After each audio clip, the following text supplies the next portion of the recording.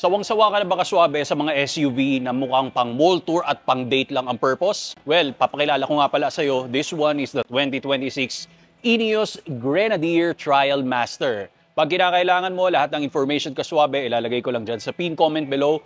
Even the unit pricing, of course, upon request yan. Mukha itong pinaghalong British na sundalo at isang Swiss Army knife. Ang gumawa nito ay yung mga Briton na hindi makamove on sa pagkawala ng 90s na Defender. Dahil ayon sa kanila, masyado ng soft ang mga modern Defenders ngayon, masyadong high-tech, and even super luxurious na. Nakakalimutan na nila kung ano ang main purpose bilang isang hardcore na SUV. So in this video, i-check natin kung ano ang mga amazing features niya sa panlabas at panloob, at pag naghahanap ka ng matinding pambundok at pambaha, ito na ang sagot, isang Ineos Grenadier Trial Master. Suabe, let's begin!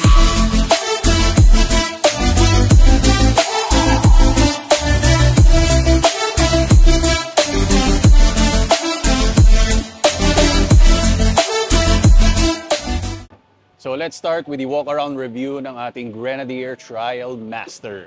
So flip ko na lang yung camera natin. At meron siyang kadabing ID bus, which is meron tayong review niyan. Even the Hummer, nandun yung LC250 na Prado and Cadillac.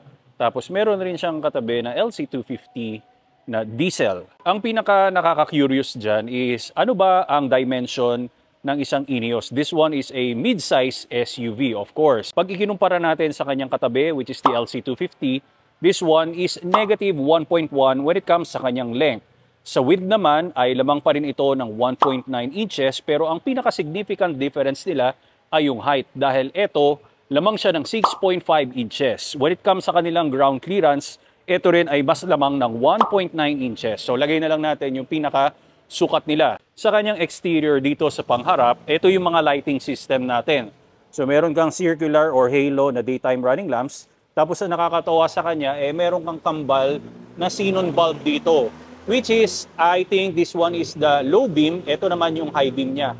Magkaiba lang sila ng pwestuhan. Then meron kang script na Grenadier. Pag nag-turn flashers ka kaswabe, nag-overlap na lang yan.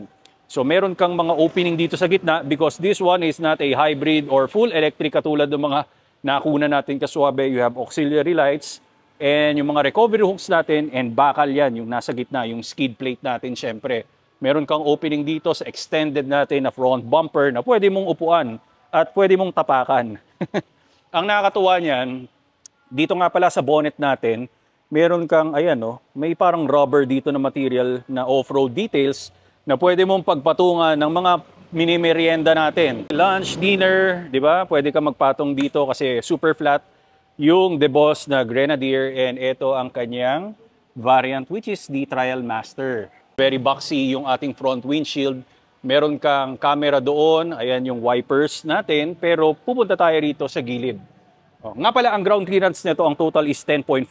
Ang wading depth niya naman is 31.5 inches, which is, alam ko, magkapareha sila ng isang Hummer na EV. Meron tayong snorkel dito, okay? Durable piece dito sa ating front fender and very meaty yung mga tires natin. Ang sukat nito ay 275, 70, and R17 BF Goodrich all-terrain tires. Multi-link front suspension tayo with coil spring. Ayan, nakikita natin.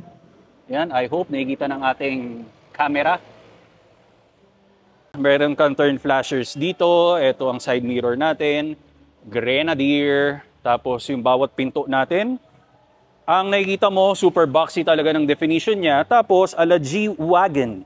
Ang mga door opening handles natin dito. Pag pinress mo, pag in-snap mo, ang lutong. Ang kagandahan dito is meron siyang added accessory dito na slotting. Ito, hindi ko alam kung ano yung pwede or nasaan yung ilalagay dito, pero alam ko, pwede itong maging sabitan at syempre kahit saan dyan ipwesto, tapos meron ka pa rito sa baba, hanggang dito yan, sa second row seating natin. So ayan, may bakal ka na, step board, may mga mud flaps. Roof rails natin, yan ang itsura.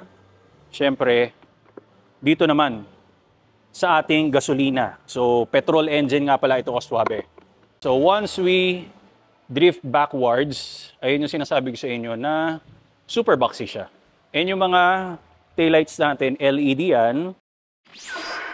Introducing Autosport. Kaswabe, this one is the world's most innovative mobility scooter that we can get para sa ating lifestyle and sa mga kababayan natin na PWD. Madali lang to. Comes with 2 separate parts na pwede mong gawing trolley at the same time. Installed nga pala doon sa harap ang iyong illuminated LCD display for you to see the performance and enhanced lighting system para sa safety precautions pag nasa road ka or sidewalk na pwede mong ilagay sa sports car or regular car na trunk kasi maliit lang ito and very lightweight. Within seconds, ang dali lang i-assemble. Up to 10 speed ang kanyang taglay and 10 kilometers per hour ang kanyang maximum na pinartneran mo ng shock-absorbing flat-free tires for advanced performance and auto braking system. At hindi lang sa kotse, mantakin mo pati sa tren pwede. And flight approved ang ating baterya. Meron tayong lisensya. So, ibig sabihin, pag nag-travel ka around the world, kayang-kaya mo itong ilagay sa cabin at ibaba mo, ma-assemble mo kagad ito. Ang design nito ay talagang super passionate sila para ipakita sa inyo ang performance. So, ganun lang yon. Be active, be free, be yourself by Autosport. Ang link ay nasa description below para i-check mo na lang kaswabe. Pabilog rin siya. Yung mga turn signals natin, kulay red siya. Naka-overlap na siguro yung reverse. Hindi ko nagawa kaswabe. Pero ang interesting part dito kasi, eto yan, split tailgate tayo. Pero dito, mas maliit yung pinto. So, pag bubuksan natin yan, very useful. Kasi pag hindi mo kinakailangan, i-consume yung spasyo dito pag bubuksan, eto maliit, pwede naman. O, di ba? Makapasok ka kagad.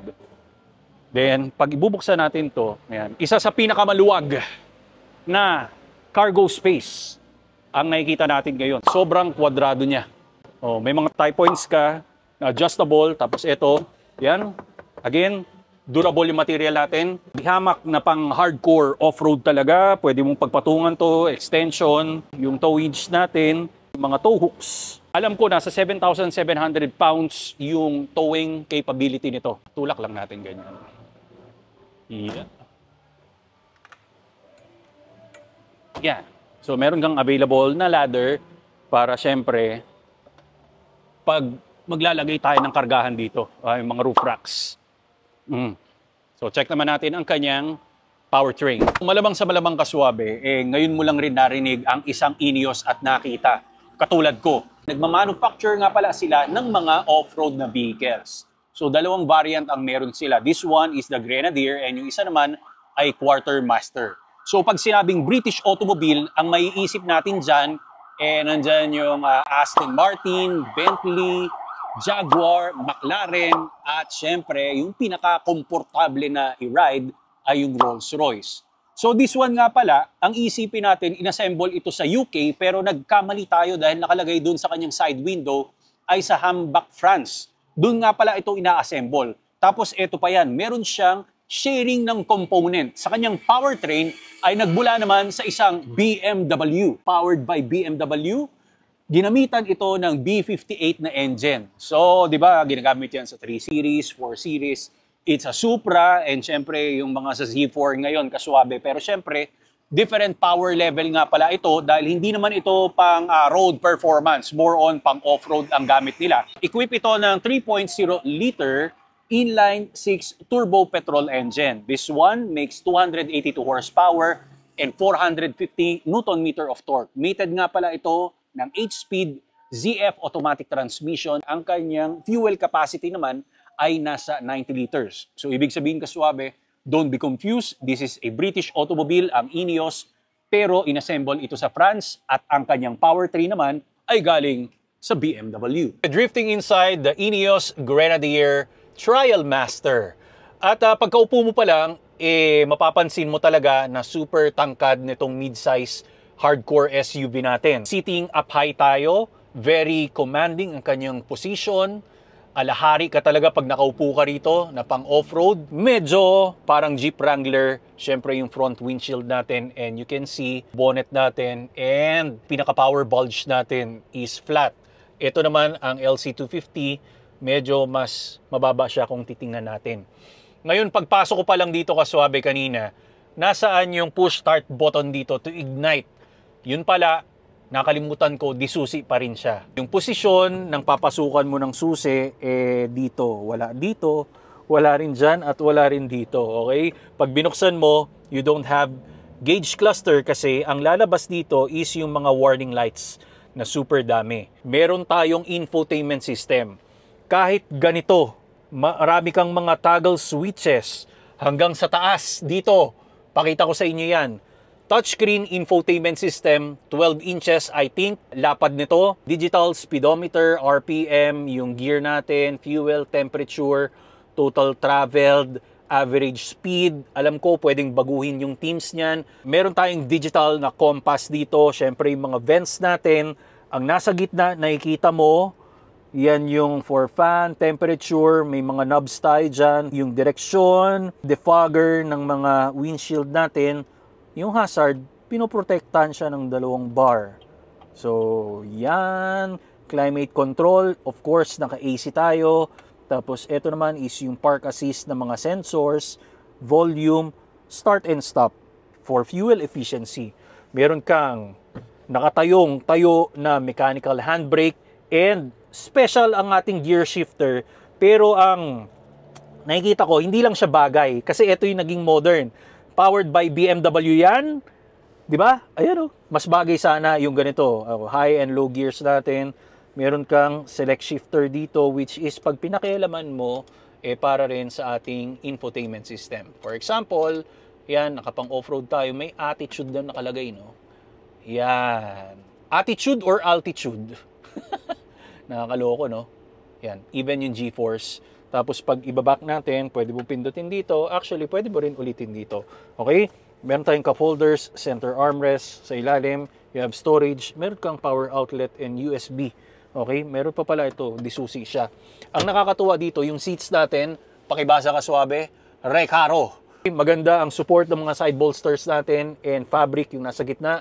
Even yung second row seating natin are all Recaros. Pag binuksan natin to, wala kang vanity mirror. Okay, sun visor lang siya. This is our mirror. Hindi siya natatransform into rear digital na camera, adjustable. Okay, may grab handle ka doon sa passenger. Dito wala, pero dito meron kang grab handle. So, pakita ko lang yung door panel natin. You have piano black here. Tapos, brush aluminum. And ito yung mga switches natin. Speaker, door pocket mo. And 2 beses mo pala ipupull para i-open yung bonnet natin. And this is your AC sa bawat magkabilaan. And alam ko, itong mga stocks natin is powered by BMW pa rin. Alam mo, malaki ang ethics nitong Ineos dahil ito yung busina. Diba? Pero pag pang mga tao or pang bisikleta lang, yung ayaw mo talaga ng masyadong papansin. Ito, mas cute lang yung busina. Ayun, parang torotot lang. Ito yung mga multi-function keys natin, cruise control, and meron kang script ng Grenadier. So, 2-spoke lang ang ating manibela. So, circular siya. Mapunta tayo rito, okay? Interior lights natin, which is nakabukas yan. Tapos, kung automatic, pagbubuksan natin yung pinto, ang dami. Mukha siyang pang aircraft carrier na mga toggle switches. Kulang na lang mag-operate talaga tayo rito. Exterior lights, assistance, differential locks natin, front and rear. Tapos meron ka na naman 2 bar dito, yung measurement ng ating Ineos Grenadier and off-road mode. So, pwede mo lang i-press. Ito naman for wading depth, the script of Grenadier. Kaya pala V siya, kasi yung V nakita ko rin dito sa, ayan, ito, letter V. So, sa mga nakatagong detalye. Ito naman for auxiliary switches natin. Of course, pang off-road dito, napakarami mong pwedeng ilagay at i-modify. Ang sarap po. Very addictive pag pinupull mo yung mga toggle switches.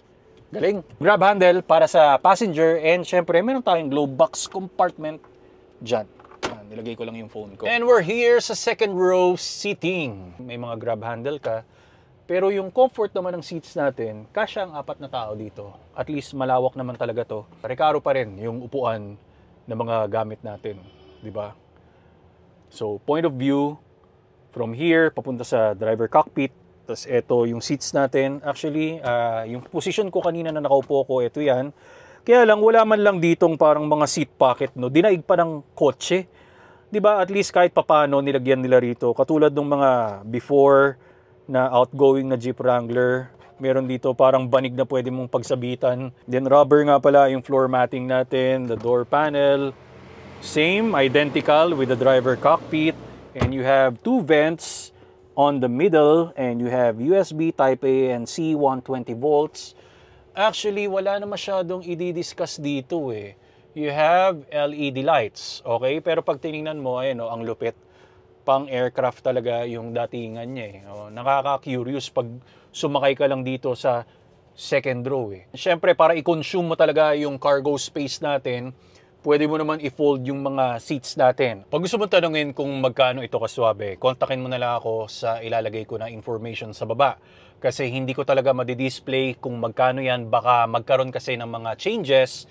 Masanay na kayo pag nasa importers tayo, kaswabe, okay? Para sa akin, kakaiba and unique touches talaga ang isang Ineos. Kung magmamaneho ka nito at magmamay-ari ka, malamang sa malamang, isa ka sa mga taong mauuna. I don't know about the history kung kailan dumating ang Ineos. Well, kung ngayon pa lang, very rare ito, and ang purpose talaga nito is kung ano yung nakalimutan ng mga modern defenders. Ang itsura, same na same, mukha siyang pang 90s na Defenders, pero yung functionalities niya, pinaghalo nila, best of both worlds kaswabe, nakaka-inlove yung mga equipments dito, and pag ayaw mo lang ng mga screen, ng mga infotainment, di ba? And hindi mo gusto ang mga hybrid powertrain, well, eto, very mechanical pa rin ang mararamdaman natin. For sure, hindi ko lang matitest drive ito kasi this is brand new kaswabe. Available na nga pala ang Rico Suave merch natin for only 849 pesos. And meron nga pala akong i-review na GMC Yukon Denali, which is a full-size SUV. Abangan mo na lang. God bless. More power and more performance.